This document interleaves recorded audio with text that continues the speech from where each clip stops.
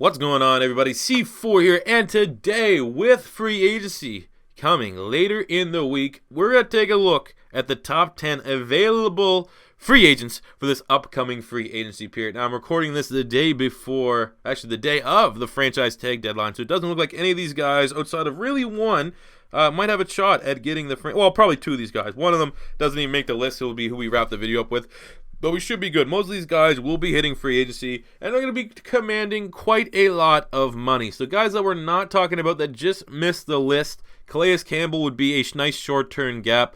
Same could go for TJ Lang, who's coming off a rough injury. I think he sustained in his last playoff game. But for a team looking for a good guard, he could definitely fill that need. Dontari Poe coming off a down year, but we know what high level he can play. Maybe just a fresh new scheme for him could help him out. And I think Martellus Bennett, who clearly has made his intentions known that he wants to leave New England and cash out, he definitely would be an impact playmaking tight end for whatever team may look at adding him. I guess also we could probably, just because it's an Eagles channel-ish, Deshaun Jackson could certainly stretch the field for certain teams out there. So without further ado, number 10, I have Nick Perry, the edge rusher from the Green Bay Packers. Had statistically his best season last year with Green Bay. I'm always a little bit worried about guys that seem like they play a little bit harder in a contract year. You want a guy that performs at that level all the time, but he's only 27, a guy that can, is emerging to become a dude that can not only drop back into coverage, but more importantly, get you double-digit sacks a year. I think his upside's there. He's finally entering his prime, and I think some team, especially in a 3-4, I think he's a guy that may even be able to play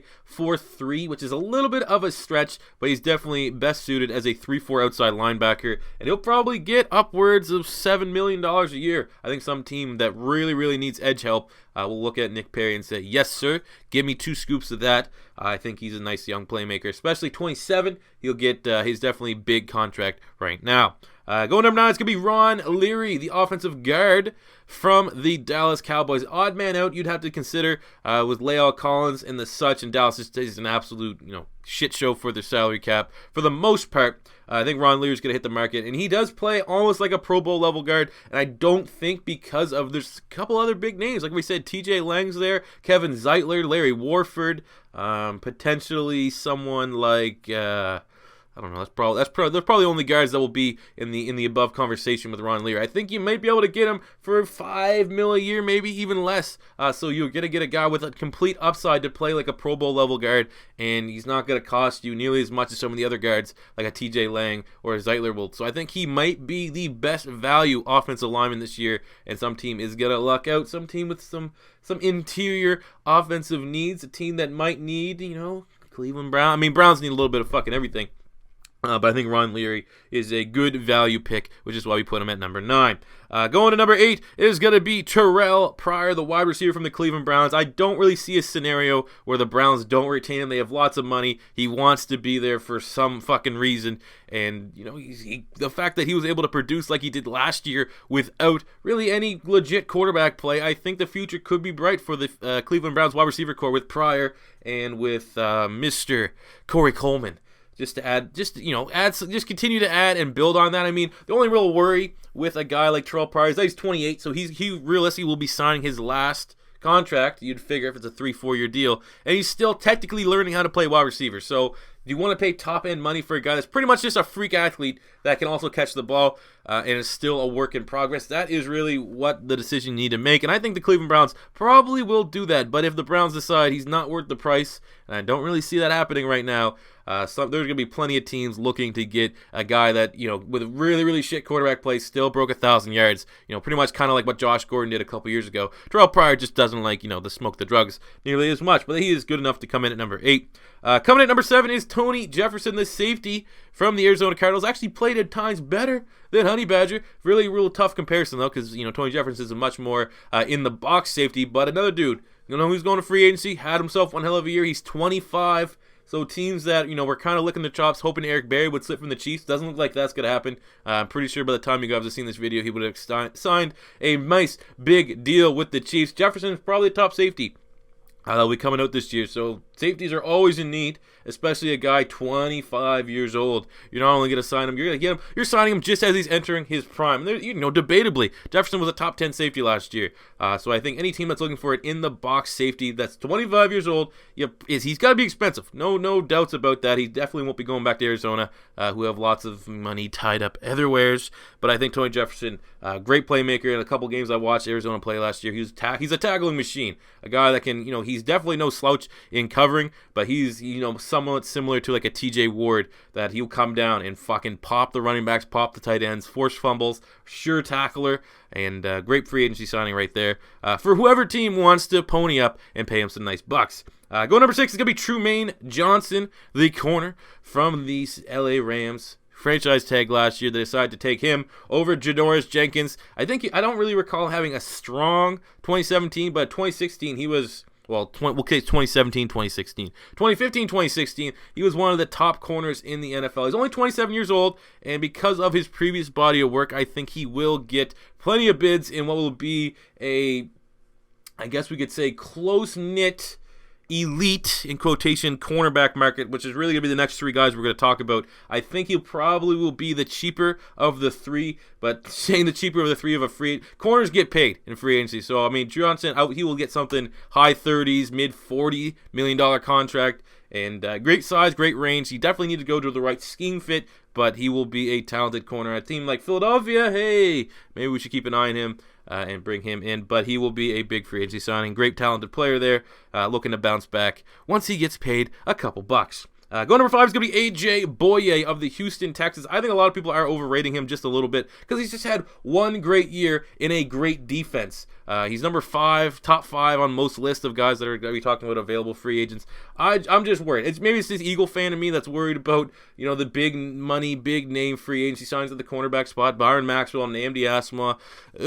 Some of the worst free agency signings in the history of the NFL, let alone for my Philadelphia Eagles. So a guy like A.J. Bouye has a lot of similarities to players like that. I think he's a very talented player, but I'd be somewhat skeptical to see, because he's really a one-year wonder as it stands right now. Was it more so did he finally just come into his own, or you have to be worried that a great defensive mind like Romeo Crennel just knew how to emphasize his strengths, and that is what showed up on his tape every single week. Plus, he had Jonathan Joseph with them, who's a very good corner. They had a lot of depth there. They had Kevin Johnson, I think his name actually, Kareem Jackson. Quentin Demps finally, turned things around. And plus, just with the amount of pressure that they got with that front 7, there's a lot of things that go into play here when talking about A.J. Bouye. Good player for sure, not so sure I want to be a fan of the team that decides to splurge on him. That's where I am at right now with A.J. Bouye.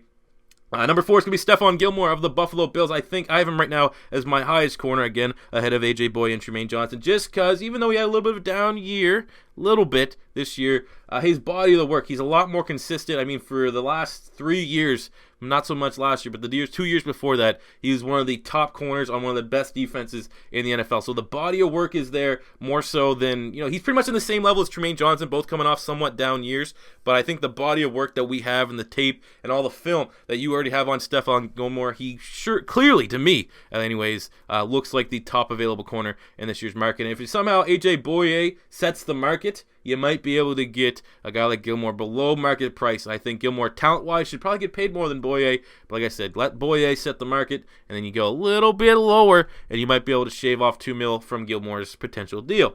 Go number 3 is Kevin Zeitler, the offensive guard from the Cincinnati Bengals, 27 years old, one of the top guards in the NFL. I think he's going to be a very expensive free agent, 27 years old. Not so sure what Cincinnati's cap space is. I don't know if he is favored or heavily leaning returning to the Cincinnati Bengals, but constantly one of the highest rated guards from Pro Football Focus. And that really, when you're talking and discussing about offensive linemen, as much as Pro Football Focus is something that a lot of players hate, it's really all we can really rely on as fans or as, YouTubers for me and stuff, because, how fucking hard, what kind of football nerd do you have to be to properly analyze offensive line play? I can look at pancake blocks and then make sure you don't cost a lot of penalties. That's pretty much all the standard eye can look at. So Pro Football Focus consistently rates Kevin Zeitler insanely high. The fact that he's 27 in his prime, he is going to get a very, very fat contract and definitely will be the highest paid offensive lineman in this year's free agency period, and I think rightfully so. Any team that really wants to try to establish that run game,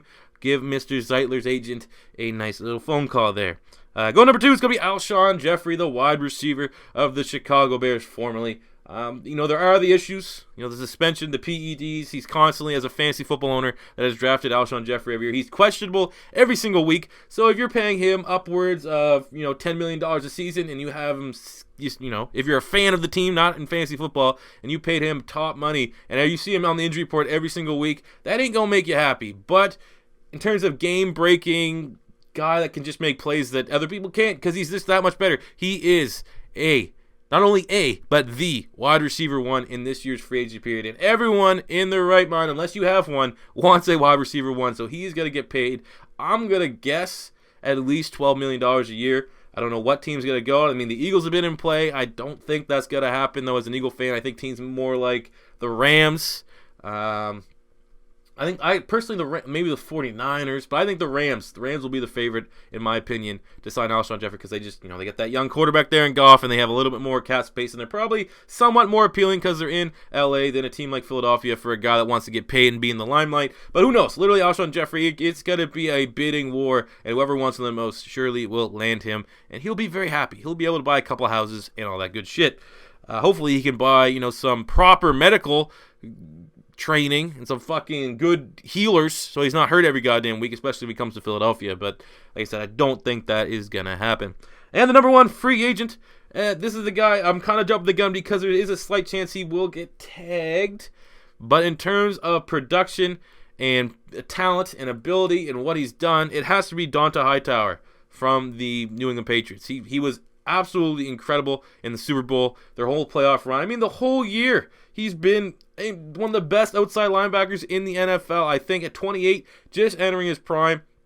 I don't see a way New England lets him go because clearly they made the decision to let Jamie Collins go to the Browns. They traded him because they're going to pay Hightower. But I think if you're Hightower's agent, you can fucking hold New England over a barrel, which is not a smart thing because then if you do go back there, watch Bill Belichick just go, oh, we paid you $90 million, huh? Benched. Just because that's how that old crazy man works. But I think with a guy like Hightower, I'd be like, pay me. I saw what Jamie Collins, he got paid big money. I better get at least fucking $10 million more than that. Because I think Hightower, for me and my money, I think he's a top 3 outside linebacker in the 4-3 scheme. He's absolutely incredible. Perfect athlete, very, very football smart, does everything you want. Can cover, can sack, can bring, everything.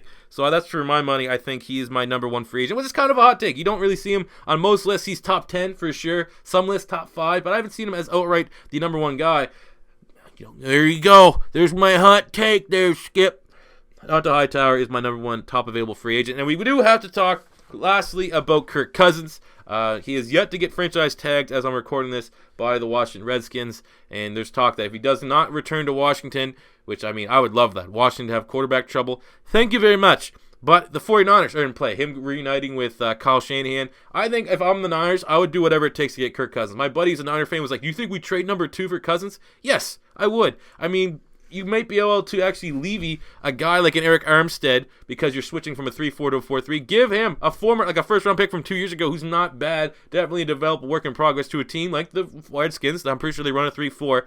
Give him Armstead, give him number 2, and then maybe a second rounder or something like that next year.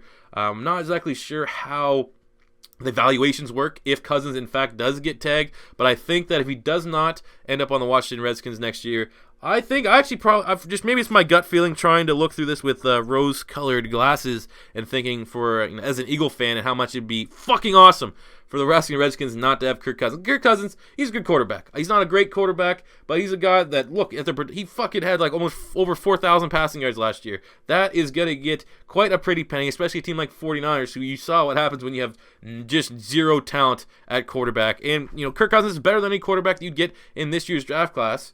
And, fuck it, you're doing a scheme fit. Some of these 3-4 players are going to be expendable. There you go. They have value given to a team like the Redskins. I kind of feel like the Niners are going to be the more likely landing spot for Kirk Cousins than the Redskins. But there you go, guys. Those are my top 10 free agents. Kind of a quick primer before the free agency period begins. I think Thursday is the official day that the floodgates will open. So let me know what you guys think about who your top 10 free agents are and what teams they may look at going to. And also, you can you shoot your opinion on the whole Kirk Cousins saga that will be happening with the Washington Redskins. If this is your first time stopping by here on Beast Mode TV, don't be afraid to hit that subscribe button. Hit the like button if you enjoyed. And until next time, it's C4 saying peace out.